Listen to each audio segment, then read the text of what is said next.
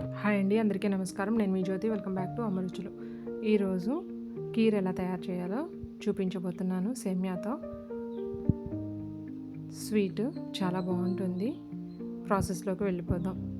ముందుగా పొయ్యి వెలిగించుకొని ఒక ప్యాన్ పెట్టుకొని అందులో 2 టేబుల్ స్పూన్ల నెయ్యి వేసుకొని, నెయ్యి కొంచెం వేడెక్కిన తర్వాత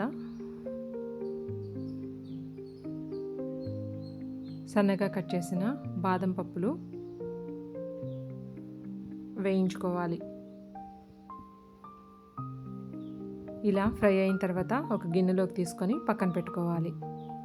ఇదే ప్యాన్లోకి కట్ చేసిన జీడిపప్పు ముక్కలను కూడా వేయించుకోవాలి. ఇవి కూడా అదే గిన్నెలో తీసి పెట్టుకోవాలి. సన్నగా కట్ చేసిన కిస్మిస్లను కూడా వేసుకొని ఫ్రై చేసుకోవాలి. ఫ్రై అయిన తర్వాత వీటిని కూడా తీసి పక్కన పెట్టుకోవాలి.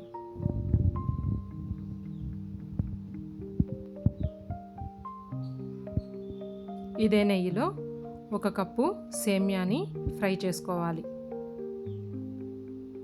కొంచెం కలర్ మారే వరకు, పచ్చివాసన పోయే వరకు ఫ్రై చేసుకోవాలి.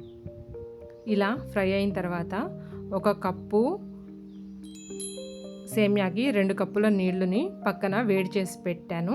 అవి పోసుకోవాలి.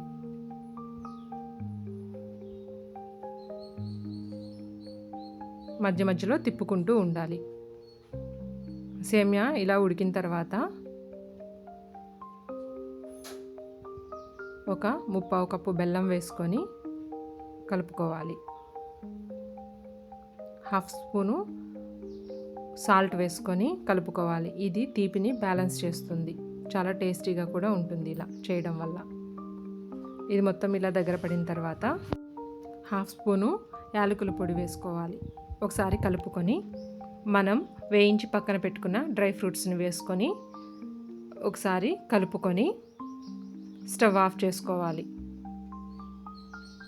స్టవ్ ఆఫ్ చేసుకున్న తర్వాత ఒక 5 నిమిషాలు కొంచెం చల్లారుతుంది. అప్పుడు కాచి చల్లార్చిన పాలు పోసుకోవాలి. పోసుకొని తిప్పుకొని సర్వింగ్ బౌల్లోకి తీసుకొని సర్వ్ చేసుకోవడమే. వేడివేడిగా కీర్ రెడీ అయిపోతుంది. ట్రై చేయండి, చాలా బాగుంటుంది. మన ఛానల్ని సబ్స్క్రైబ్ చేసుకోండి, లైక్ చేయండి. Please subscribe to my channel.